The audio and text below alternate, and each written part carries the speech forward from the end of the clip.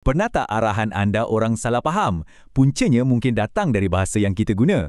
Benda ni memang biasa jadi kan? Tapi sebabnya mungkin bukan apa yang kita sangka. Selalunya, isunya bukan sebab orang tak cukup berkomunikasi. Masalah sebenar ialah cara kita bercakap bila kita guna apa yang dipanggil bahasa terbiar. Inilah punca kekeliruan yang melambatkan kerja dan kemajuan pasukan. Jadi, macam mana kita nak jelaskan balik keadaan yang kabur ni?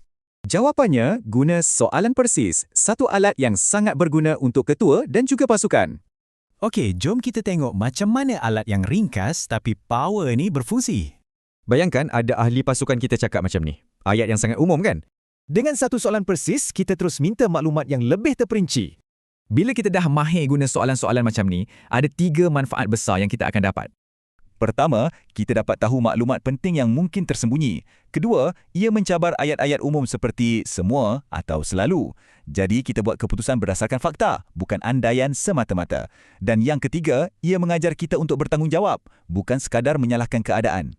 Jadi ingat ya, masalahnya jarang datang daripada strategi itu sendiri. Sebabnya mudah je, bahasa yang tak jelas akan hasilkan tindakan yang tak jelas juga. Jadi, persoalan terakhirnya, anda faham atau anda betul-betul faham?